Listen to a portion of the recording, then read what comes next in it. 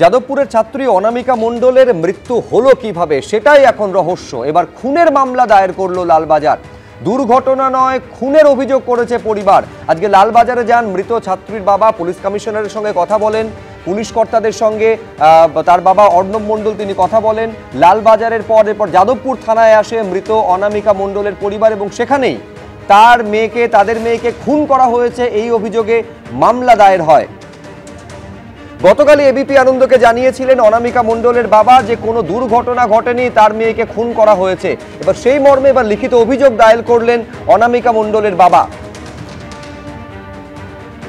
সবথেকে বড় প্রশ্ন হচ্ছে অনামিকা মণ্ডল জলে পড়ে গেলেন, কিন্তু পড়ে গেলেন কিভাবে? তিনি কি পা পিছলে পড়ে গেলেন? পেছন থেকে কেউ কি তাকে ধাক্কা দিয়েছিল? তিনি সেখানে গেলেন কি কারণে সেদিন? অন্ধকার জায়গা, তিনি অনামিকা মণ্ডলের বাবা বলছেন অন্ধকারকে ভয় পেতেন অনামিকা। তাহলে সেই রকম একটা জায়গায় অনামিকা মণ্ডল সেদিন রাত্রে গেছিলেন কি কারণে? এটাও একটা বড় প্রশ্ন। কেউ কি তাকে তাহলে সেখানে ডেকেছিলেন? ফোনে কেউ কি তাকে সেখানে ডেকেছিলেন? এটাও কিন্তু নিঃসন্দেহে তদন্তের আওতায় আসবে। অনামিকা মণ্ডলের ফোন হেফাজতে নিয়ে তদন্ত করছে পুলিশ। গতকাল কি বলেছিলেন অনামিকা মণ্ডলের বাবা দেখাবো আপনাদের। দুর্ঘটনা না নয়, এটা হচ্ছে মানে প্লেন মার্ডার। যে অন্ধকারকে ভয় পায়, যে একটা পোকা কিংবা ছোট একটা কিছুকে ভয় পায়, ঘরের মধ্যে দৌড়োদৌড়ি করে, সে একা ওখানে অন্ধকারের মধ্যে যাবে না ওই রকম জায়গায়। মোবাইল ফোনে মধ্যে ওর সঙ্গে কার কথা হচ্ছে সারাদিন আমাদের বাড়ির থেকে বেরোনোর পরে, তো সেগুলো ওরা দেখে লিস্ট বার করে বুঝতে পারবে সেখানে কি কথা বলছে। আমি সরাসরি কথা বলবো, আবির দত্ত আমাদের প্রতিনিধি রয়েছেন। গতকাল তুমি যখন অনামিকা মণ্ডলের বাবার সঙ্গে কথা বলছিলে, স্পষ্ট জানাচ্ছেন তারা খুনের অভিযোগ দায়ের করতে চলেছেন। সেই মতো যাদবপুর থানায় তারা লিখিত অভিযোগ দায়ের করেছেন। কিন্তু এইটা আমাদের আবির জানাও, কেন তিনি মনে করছেন যে তাদের মেয়ে কোনো দুর্ঘটনার কারণে তার প্রাণ যায়নি, স্পষ্ট খুন করা হয়েছে তাদের মেয়েকে?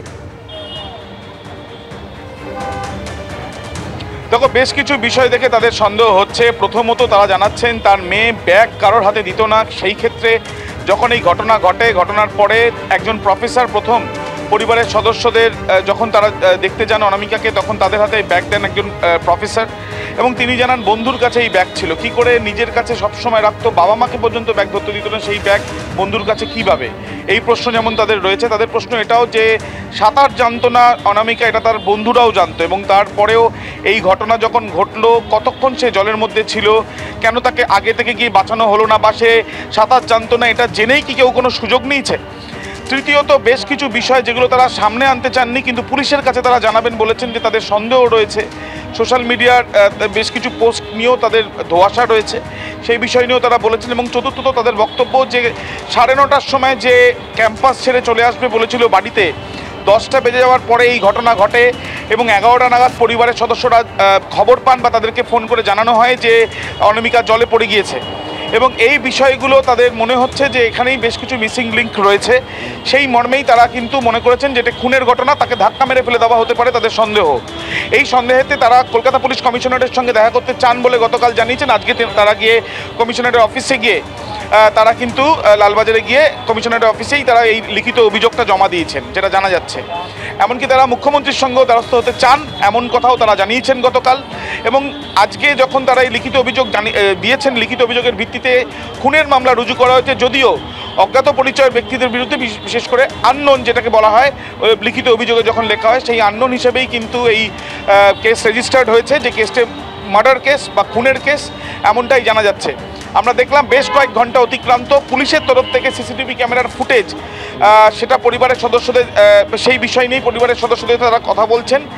কলকাতা পুলিশের হোমিসাইড শাখার একজন অফিসার তিনিও এসছেন শান্তনু দত্তকে বলছি দেখানোর জন্য। এখনও পর্যন্ত বেশ কয়েক ঘন্টা অতিক্রান্ত, অফিসার ইনচার্জ ছাড়াও কলকাতা পুলিশের হোমিসাইড শাখার একজন অফিসার এবং যিনি আইও হবেন এই কেসে, যেহেতু লিখিত অভিযোগ হয়েছে, তার সঙ্গে কিন্তু পরিবারের যে দুজন সদস্য অর্থাৎ অনামিকার মা এবং বাবা, তারা কথা বলছেন। বেশ আবির, আপাতত তোমাকে ধন্যবাদ। আর এরই মধ্যে একটা গুরুত্বপূর্ণ বৈঠক আজকে হয়েছে অরবিন্দ ভবনে, বা যেখানে রেজিস্ট্রার প্রভিসি সবাই উপস্থিত ছিলেন। কিন্তু আমি এইখানে শুরুতেই অর্ণব সাহার কাছে আসতে চাইবো যে একটা ঘটনা, এই ঘটনা নিঃসন্দেহে মনে করিয়ে দিচ্ছে 2023-এ প্রথম বর্ষের পড়ুয়া মৃত্যুর হস্টেলে 3 তলা থেকে পড়ে মৃত্যুর ঘটনা, এবং তারপর রীতিমতন শোরগোল পড়ে গিয়েছিল যাদবপুর বিশ্ববিদ্যালয়ের নজরদারি এবং নিরাপত্তা নিয়ে। আজ পর্যন্ত তারপরেও বৈঠক হয়েছিল এবং একাধিক সিদ্ধান্ত গৃহীত হয়েছিল। প্রশ্ন হচ্ছে অর্ণবদা, সেই সিদ্ধান্তের কতটা কার্যকর হয়েছে? পর্যাপ্ত সিসিটিভি কি বসানো হয়েছে? যদি হতো তাহলে ওই ঝিলের সময়, ঝিলের পাড়ে ঠিক কি ঘটেছিল, দিনের আলোর মতন সিসিটিভি ফুটেজে সেটা সামনে আসতো, যেটা এখনো পর্যন্ত অন্ধকারাচ্ছন্ন একটা জায়গা। একদম, আপনি যে বললেন তার আমি দুটো দিক আমি আপনাকে বলবো। একটা হচ্ছে যে ওখানে একটা স্বাধীনতা আর যে স্বেচ্ছাচার, এই স্বাধীনতা আর স্বেচ্ছাচার দুটো তো এক নয়। মানে একটা NIRF র্যাঙ্কে এখনো পর্যন্ত, এবারও পর্যন্ত যে যাদবপুর বিশ্ববিদ্যালয় একেবারে শীর্ষে, ভারতবর্ষের সরকার পরিষদ বিশ্ববিদ্যালয়গুলোর মধ্যে একেবারে শীর্ষের কয়েকটির মধ্যে স্থান পেয়েছে। কিন্তু তার মানে এই নয় যে ওইখানে যে ওই যে স্বাধীনতা এবং স্বেচ্ছাচারের যে কথাটা আমি বললাম, সেটা বারবার এমনভাবে প্রকট হচ্ছে, তার জন্য একটা কঠোর কর্তৃপক্ষের নজরদারি দরকার। এবং সেই নজরদারিটার জন্য কিন্তু 67 লক্ষ টাকা স্যাংশন করা হয়েছিল ওখানে ওই সিসিটিভি বসানোর জন্য। তাহলে কারা ওখানে আটকাচ্ছে? টাকা স্যাংশন করা সেটাই কি শেষ কথা? না না, সেখানে করতে দেওয়া হচ্ছে না, কোথাও নিশ্চিতভাবে কোথাও গিয়ে আটকে যাচ্ছে। সেটা ওখানে এমন একটা কোনো একটা ইকোসিস্টেম বলতে পারুন, বা কোনো একটা নেক্সাস বলতে পারুন, বা এমন একটা প্রতিরোধ বলতে পারুন, একটা প্রতিরোধ কোথাও রয়েছে, যে প্রতিরোধটার জন্য আমরা একটা সিসিটিভি ফুটেজের একটা অংশ দেখলাম যে ঝিল ওই মানে পুকুরের পাড় দিয়ে উনি হেঁটে আসছেন, এই ছাত্রী যিনি মারা গিয়েছেন তিনি হেঁটে আসছেন, কিন্তু যখন উনি পড়ে যাচ্ছেন তার কিন্তু কোনো ফুটেজ আমরা পাচ্ছি না। তার মানে এই যে সিসিটিভি সেটা পর্যাপ্ত নয়, যে সংখ্যায় আছে সিসিটিভি সেটা পর্যাপ্ত নয়। এর আগে যখন যে ছাত্রকে এসেছিল মফস্বল থেকে এসে, সেক্ষেত্রেও কিন্তু এই র্যাগিং এবং র্যাগিংয়ের পর সে ছাদ থেকে পড়ে গিয়েছে, এরকম ঘটনা আমরা দেখেছি। আমি বারবার করে যেটা বলছি যে এইটা কোনো বিচ্ছিন্ন আইল্যান্ড নয়। মানে আপনি বলছেন এইরকম একটা ঘটনার ক্ষেত্রে এইরকম একটা বাধার মুখে কর্তৃপক্ষ অসহায়, তাই তো? কর্তৃপক্ষ অসহায় না, কর্তৃপক্ষ বসাতে হবে। ওখানে উপাচার্য কোথায়? এই যে জকে আটকে রয়েছে মামলায়, আবার 22 তারিখ হিয়ারিং রয়েছে। এই যে পশ্চিমবঙ্গে এখনো পর্যন্ত 16টা বিশ্ববিদ্যালয় যেগুলো রয়েছে একেবারে উপাচার্যবিহীন, সেখানে উপাচার্য না থাকার ফলে যেটা হচ্ছে, এই যে কঠোর কোনো পদক্ষেপ বা কোনো সিদ্ধান্ত, সেই সিদ্ধান্তগুলোকে মানে স্পষ্ট করে সেগুলোকে এক্সিকিউট করা, সেটা করবেন কে? একটা কোনো একটা জায়গায় তো মানে মস্তিষ্ক মানে মাথাহীন, মানে মাথার উপর যিনি বসে থাকবেন তার তো মাথা কাটা দরকার। সেইখানে কোনো একটা জায়গায় অসহযোগিতা যদি বারবার করে এরকম চলে, যে জটটা চলছে পশ্চিমবঙ্গ সরকারের সঙ্গে, যে জটটা বারবার করে চলছে, যে এখানে কার ইয়ে থাকবে, মানে কার এখানে কথা চলবে, এই যে মামলাটা চলছে,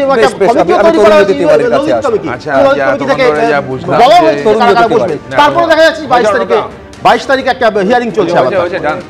এতক্ষণ ধরে যা বুঝলাম আমি, উপাচার্যরা পশ্চিমবঙ্গের ল অ্যান্ড অর্ডার সামলায়। যাই হোক, জানতাম না, আজকে জানা দিলাম। ধন্যবাদ অর্ণবদা। দেখো, আমি যাদবপুরে চান্স পাইনি, তো যাদবপুর নিয়ে বলার অধিকার আমার আছে কিনা আমি জানি না। যদিও দুষ্টু লোকেরা বলে ওখানে ল পড়ানো হয় না বলেই চান্স পাইনি, কিন্তু প্রশ্ন অন্য আছে আমার। প্রশ্ন হচ্ছে, মেয়েটা যিনি মারা গেলেন তিনি যাদবপুরে হোস্টেলে থাকতেন না, তো ওই রাতে তিনি ওখানে কি করছিলেন? অনেকে বলছে একটা নাকি মানে রাজনৈতিক কার্যক্রম চলছিল SFI এর। তো রাজনৈতিক কার্যক্রম রাত 8টার পর চলার জন্য অনুমতি কে দিল, কে করলো? সেকেন্ড প্রশ্ন আমার। থার্ড প্রশ্ন, যাদবপুর ইউনিভার্সিটি NIRF র্যাঙ্কিং 1 নম্বর, তেমনভাবেই যাদবপুরটা আস্তে মৃত্যুপুরে পরিণত হয়েছে। একটা স্বপ্নের মৃত্যু আমরা ওখানে দেখেছিলাম। স্বপ্নের মৃত্যুর পর জিবি মিটিং দেখেছিলাম একের পর এক।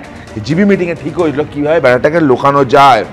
যাদবপুরকে অনেকে সেকেন্ড হোম বলে, বাড়িতে কি সিসিটিভি থাকে এই যুক্তি দেয়। কেন ওখানে মদ গাঁজা খাওয়ার জায়গা নাকি ইউনিভার্সিটিটা? মদ গাঁজা খাওয়া চলবে, বেকার আন্দোলন চলবে, আর এগুলো হবে? প্রশ্ন থাকছে। সেইটাকে একটা কারণ, যখন 2023-এ যখন ঘটনা ঘটেছিল তখন সব থেকে বেশি ক্ষোভটা গিয়ে আছড়ে পড়েছিল এবিভিপির, যেমনটা আজকে গিয়ে পড়েছে এবিভিপি। তুমি শোনো না, আমি বলছি সেখানে যেহেতু RSS এর ছাত্র সংগঠন দাঁত ফোটাতে পারে না, সেই কারণে বারে বারে তোমার বাড়ির ছেলে মেয়েদের বা আমার বাড়ির ছেলে মেয়েদের আমরা কলেজে পড়াবো যখন কি জন্য? একটা বডি নিয়ে আসার জন্য। তোমার কনসার্নের সঙ্গে 100% একমত। সেখানে কোনো এবার সেখানে শেষ করে দাও। এতগুলো যে কথাগুলো যে হচ্ছে না এখানে, তুমি পরিষ্কার বলো না।